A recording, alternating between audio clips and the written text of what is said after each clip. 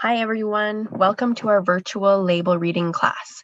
My name is Miranda and I'm a registered dietitian from the Edmonton Oliver Primary Care Network. If you're not familiar with the primary care networks, we are a team of healthcare providers that support family doctors and their patients. You might be viewing this video today as you were referred from your family doctor for a specific health condition, such as high cholesterol, diabetes, or high blood pressure. Or you may have simply found this class on our website and shown interest in this topic. Regardless, I'm happy you are here today, and I hope you enjoy the class.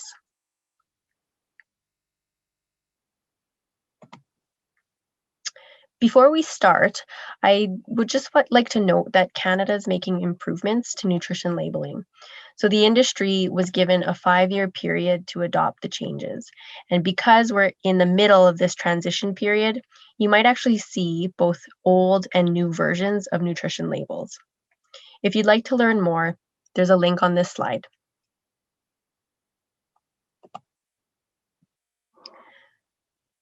So we will spend the next half an hour or so learning how to make sense of the nutrition information found on food labels and how to choose products that are right for you. To get the most out of this class, I would recommend you eliminate distractions. So perhaps close your email or silence your phone so you can focus on your learning. Throughout this class, I will take you through some specific examples for comparing different foods like cereal, bread, yogurt, and canned soups. So if you have any of these items nearby, feel free to pause the video and grab them so you can see how your items compare.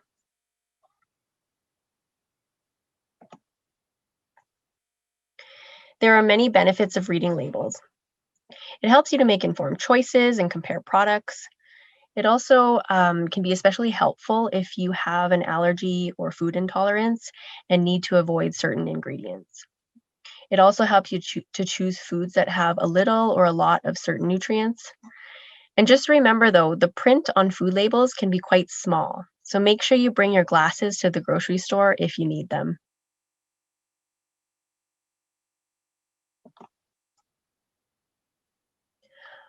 By law, all packaged foods must have a nutrition label. But there are some exceptions. So fresh produce, like fresh fruits and vegetables, raw meat or seafood, and foods prepared or processed in the store. So think about bakery items like breads or pastries, rotisserie chickens, salads, or even the sushi that you might find in a grocery store. Bulk foods, as well as foods with few nutrients. So spices, coffee, or tea don't need labels, and individual portions of foods or condiments that aren't for resale, ketchup packs, coffee creamers, for example, as well as alcohol. And also note that foods sold at farmers markets or craft shows are not required to have nutrition labels, and neither are restaurant foods. Although you might be able to find the nutrition information by asking the vendor or searching online.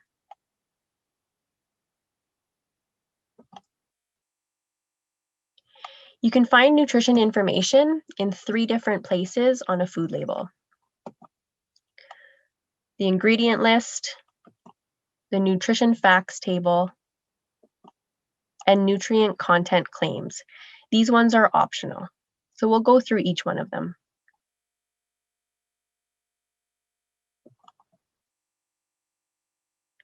The ingredient list, it's basically everything that's in the product, what's in the food or what the food is made of. Ingredients are ordered from most to least by weight. And so in this example, you'll see the whole grain oats being the first ingredient is found in higher amounts than the salt or caramel color that are listed nearer to the end of the list. The ingredient list is also where you can find ingredients to avoid if you have a food allergy or intolerance.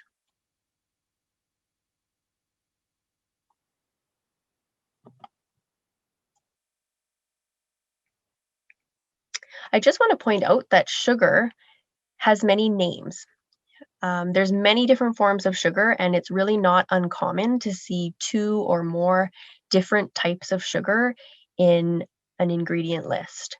And sugars might go by different names, such as words that end in OSE or OS. So glucose, fructose, sucrose, dextrose, maltose, to name a few. Many different types of syrups, so agave syrup, maple syrup, corn or high fructose corn syrup, even brown rice syrup. Liquid sugars like honey, molasses, and even fruit juice concentrates are also different forms of sugar. And this is only, this is not an all-inclusive list. There are several more examples.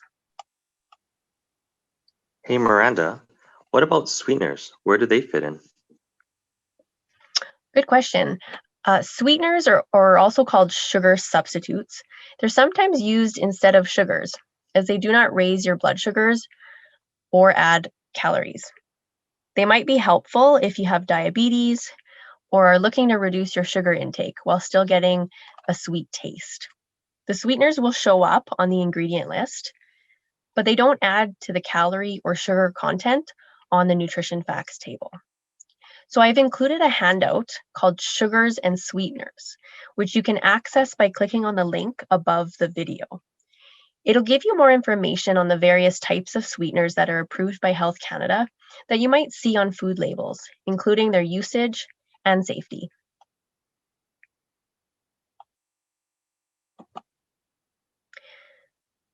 So because sugar has many names, it can really get confusing learning how to identify all of them, especially in the ingredient list. So fortunately, one of the new labeling rules that you'll be seeing soon is that all added sugars will be grouped in brackets after the word sugars. So in this example here, you can see there's brown sugar, corn maltodextrin, and barley malt extract, which are all different types of sugars.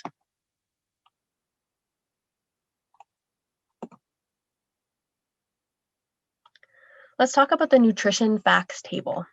This is where all the numbers are on the food label. The table shown here is what the updated nutrition facts tables will look like. The format will be consistent across all food products to allow for easy comparison between different items.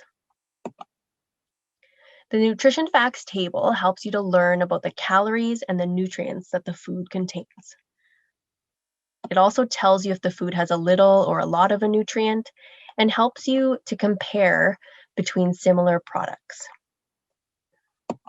This is also helpful in helping you select foods for special diets or health conditions, which we'll talk a little bit about later.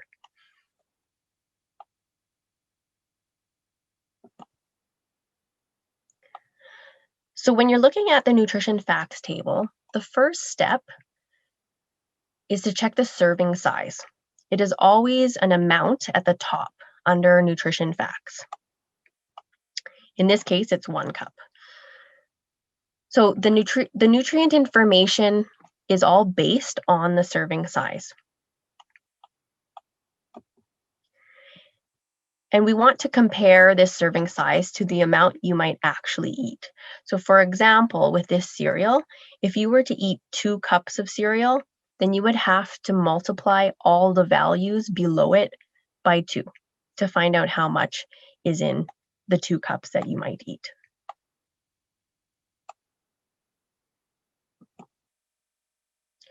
Next, we want to read the nutrition facts.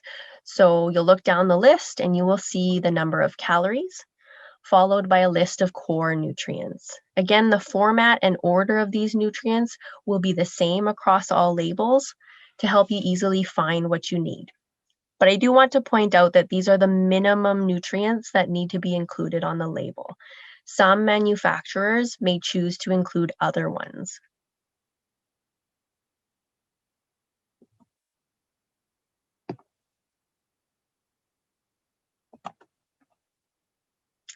The next step is to look at the percent daily value, or DV. And that's always on the right-hand side of the nutrition facts table. When you're reading the percent DV, 5% DV or less means that the food has a little of that nutrient. So this might be ideal for nutrients like saturated or trans fats, sodium, or sugar. And then 15% DV or more means the food has a lot of that nutrient, which is great for fiber, potassium, calcium, or iron in most cases.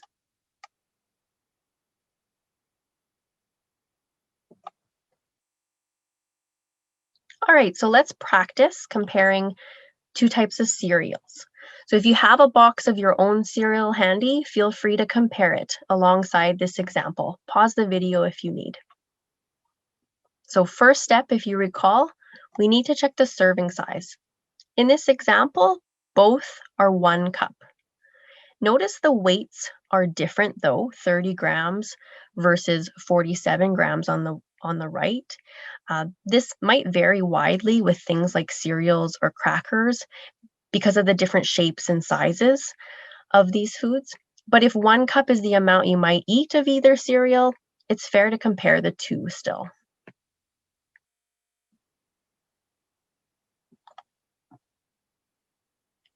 All right, so let's look at fiber. So this cereal on the left has 3 grams of fiber, or 14% daily value. The one on the right has 7 grams, or quite a bit higher, 28% DV for fiber. Another thing we might want to pay attention to is protein.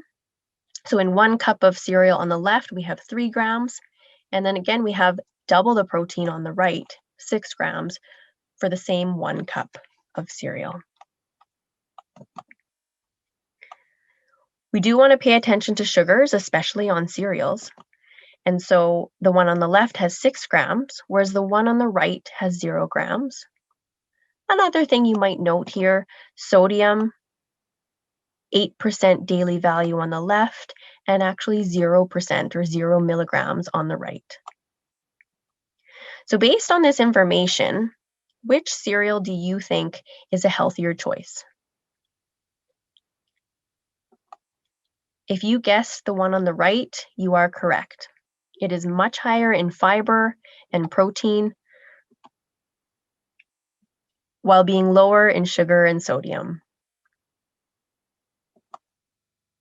Sometimes it can be helpful to use the ingredients list and the nutrition facts table together to make sense of the nutrition information. So in the Cheerios, you can see that there are added sugars and salt, whereas the shredded wheat on the right has none. The only ingredients are whole grain wheat and wheat bran. So that helps to also explain why the sugar and the sodium were none on the nutrition facts table.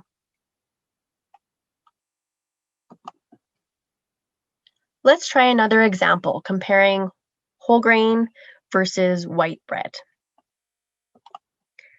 Again, if you have a loaf of bread nearby, feel free to grab that and compare along.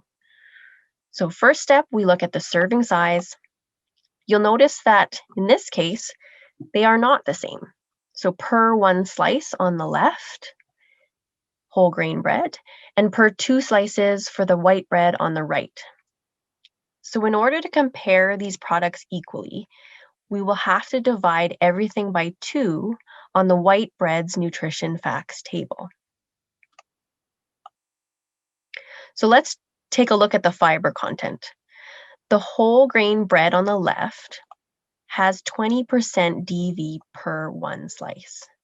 And for the white bread's fiber, we have to divide that 8% DV by 2, which tells us that there is 4% DV per 1 slice of bread. And so now we can compare the two breads a little bit more evenly. What about protein? Well, at first glance, the numbers look equal, both 6 grams. But don't forget, the one on the right is per 2 slices. So we'll have to divide the 6 grams by 2, which tells us that there is only 3 grams of protein per slice, half the amount of the whole grain bread on the left.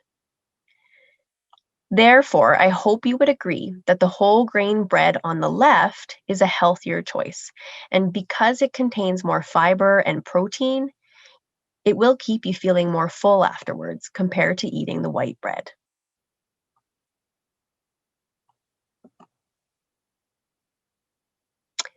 Sometimes, though, it's not always clear which food is the healthier choice. For example, one product might be low in fat, but high in salt, while another one might be low in salt, but high in something else. And so the one that you choose will depend on your specific needs and requirements. So think about what matters to you. Maybe you have a certain health condition which might be improved if you focus on certain nutrients. For example, focus on getting more fiber if you have diabetes, high blood pressure, high cholesterol, or would like to manage your weight. Maybe focus on getting more protein for diabetes or weight management. Or maybe calcium or iron if you have low bone density or anemia.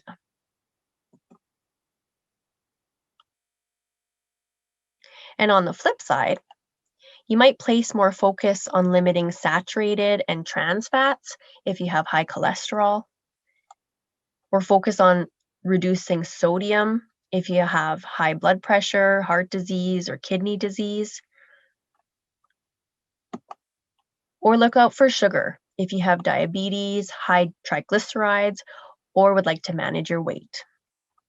So when you take these things into consideration, you might be looking through a different lens than the next person, and you can choose products that are right for you.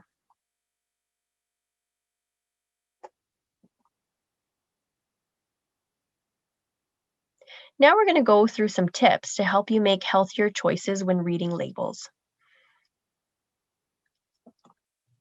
Whole grains. So whole grains are less processed and they have more fiber, nutrients, and antioxidants. Things like B vitamins, vitamin E, protein, healthy fats. And when reading the ingredient list of grain products like bread, crackers, pasta, or cereal, look for the words whole or whole grain in front of the grain listed. Many products will say right on the front, 100% whole grain, which is a quick way of knowing. If you see the first ingredient in the ingredient list is whole something or whole grain something, then that's also a good sign. With breads, try not to simply rely on the color of bread, as this might be due to molasses or caramel coloring added. And even words like multigrain, they don't automatically make it a whole grain. It just means the product was made with many types of grains. So you'll have to read the ingredient list to find out if they're actually whole or not. And do note that some grains are only ever used whole and therefore don't need the words whole or whole grain in front of them. So things like oats, oatmeal, bulgur, or millet. Miranda, what's the difference between whole wheat and whole grain? Oh, that's a question I hear often. So since wheat is a type of grain, one could argue that whole wheat is simply one type of whole grain. But in Canada, wheat flour can be called whole wheat as long as it has at least 95% of the original grain. So the term whole grain whole wheat flour contains 100% of the original whole grain and is therefore a slightly better choice. You may often see this on the ingredient list of breads, as shown here.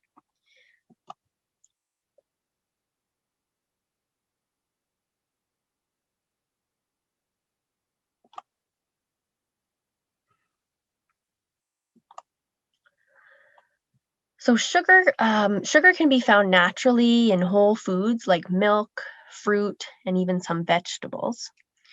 But it can also be added to foods. So baked goods, desserts, candy, condiments, drinks.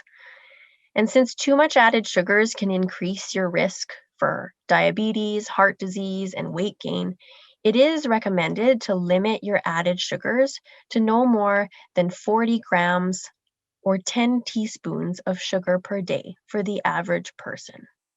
And you'll be able to know if the food has any added sugars by looking at the ingredient list.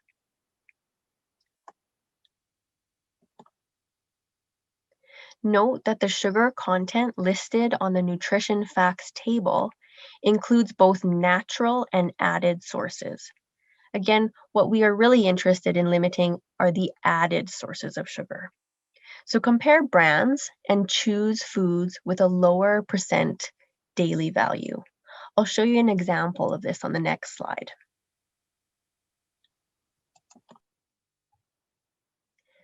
So here we have two varieties of Greek yogurt. The one on the left is plain, and the one on the right is vanilla flavored. When looking for yogurt, try to find one that is between 0 to 1% MF or milk fat, which means it has no or low amounts of saturated fat.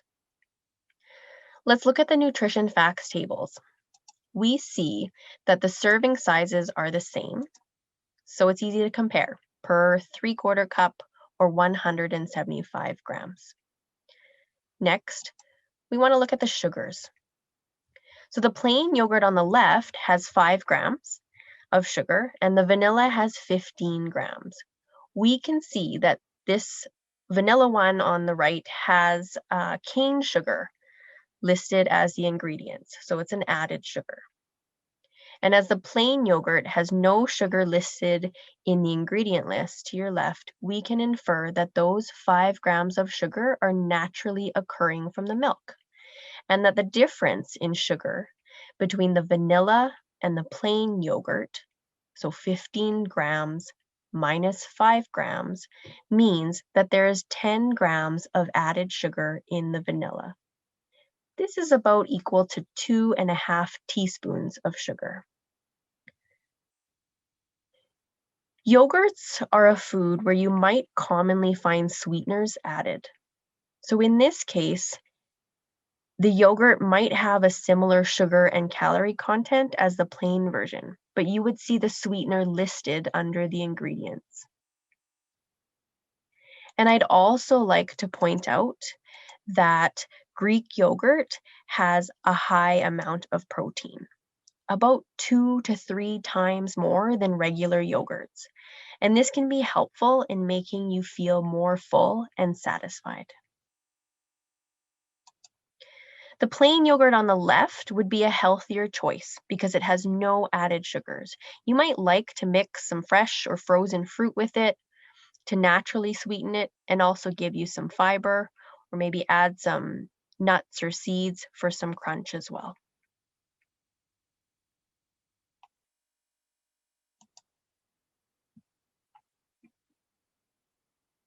Let's look at two types of bottled iced tea. The one on the left is sweetened and the one on the right is unsweetened. So first, let's look at the serving size, which is per one bottle or 547 milliliters. The sweetened iced tea, if you look at the sugars, has 41 grams of sugar. So how much sugar is this actually? Well, 4 grams of sugar is equal to 1 teaspoon. So if we divide 41 grams by 4, that will give us about 10 teaspoons of sugar in this bottle of iced tea. And if you recall a few slides back, I mentioned that it is recommended to limit added sugars to no more than 40 grams of sugar per day. So this is your whole day's worth. And you can see that without reading the labels, you might not realize exactly how much sugar is hidden in some of our foods and drinks. Some other examples of the sugar content in some of our drinks. 1 cup of unsweetened orange juice contains about 6 teaspoons of sugar. 1 can of pop contains about 8 to 10 teaspoons of sugar. And a large iced cappuccino contains about 15 teaspoons of sugar. So just some food for thought.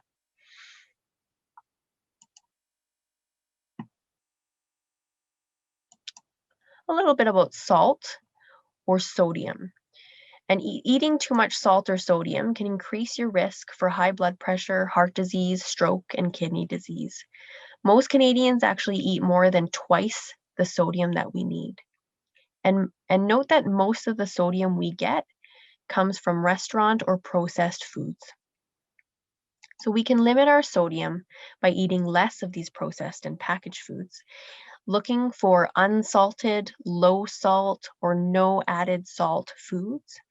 We can also read the ingredient list and limit foods with the words salt, sodium, or soda as one of the first few ingredients. And again, compare different products and choose foods with the least amount of sodium or less than 15% DV.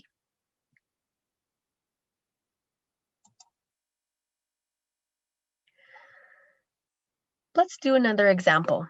Let's compare two types of canned soups. And again, feel free to pause the video to get a can of soup that you might have handy and follow along.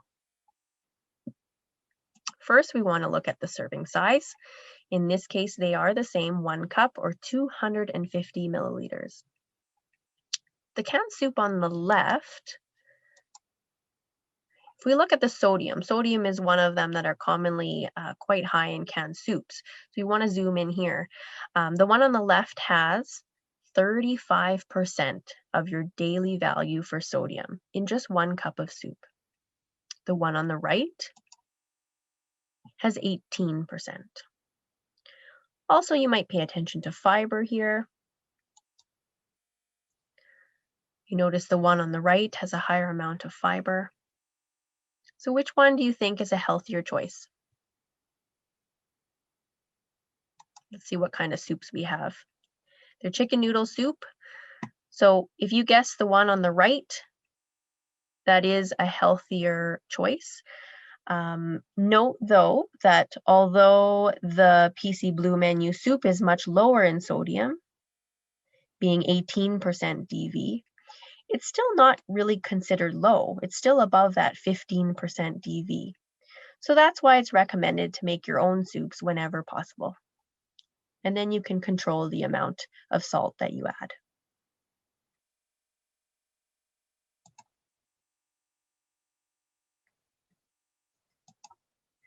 Fats found in food are either unsaturated, saturated, or trans. Choosing unsaturated fats and limiting saturated and trans fats can reduce your risk for heart disease. Here are some sources under each type of fat that you might see in the ingredient lists. Or simply, saturated and trans fats are always listed on the nutrition facts table. So look for a lower percent DV in this section. Again, 5% or less is considered low.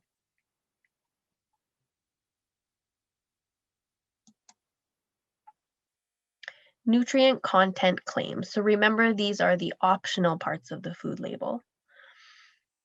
They're basically statements on the package about a nutrient. It could be fat, salt, fiber, or sugar, for example. So in this example here, we have these bran buds that claim to be a very high source of fiber, and the chicken broth that claims to have 25% less salt than our regular condensed chicken broth. So there are a number of claims that a food package might have, and some are more helpful than others.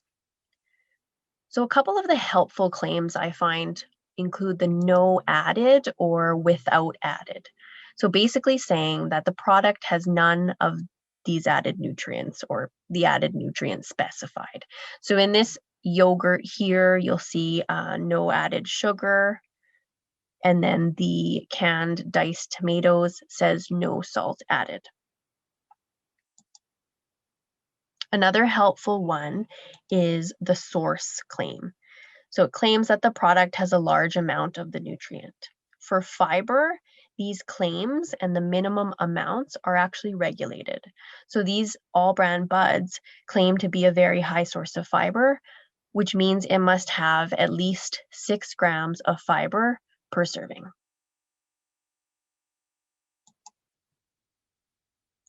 Other claims, like the 25% less, in this case, 25% less sodium, it might sound like a good choice, but if that original food was already extremely high in sodium, a 25% reduction might still be higher than recommended. So while nutrient content claims can be useful in drawing our eyes to a certain product on a shelf of many different options, it's still very important to always check the nutrition facts table.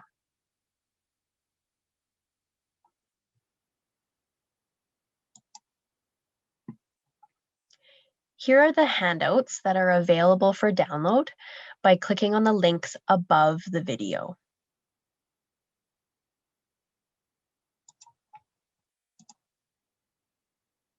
I would like to thank you for taking the time to attend this class. Please feel free to browse our website for other nutrition classes that interest you. We would also appreciate if you took a few moments to complete a quick patient experience survey by clicking the link below the video or using the QR code shown here. Again, thanks for watching.